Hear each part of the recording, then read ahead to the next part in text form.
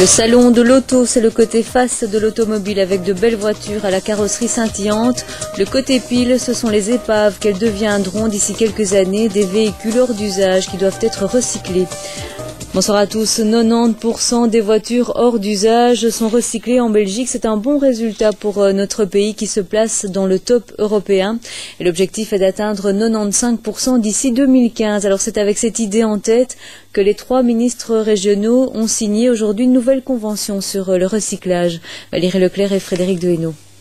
Nous sommes bien ici au salon de l'auto, à l'extérieur du Palais 11. Non, on ne s'attaque pas aux voitures neuves, mais à celles qui ont vécu.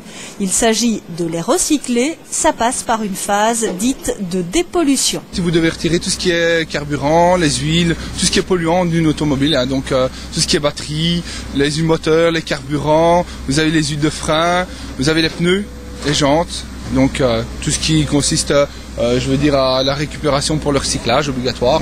Ensuite, la voiture sera envoyée au broyeur. Les métaux et le plastique seront récupérés. En Belgique, 90% des voitures hors d'usage sont recyclées. C'est bien, mais il faut faire mieux. La Belgique est le meilleur élève de l'Europe à ce niveau-là.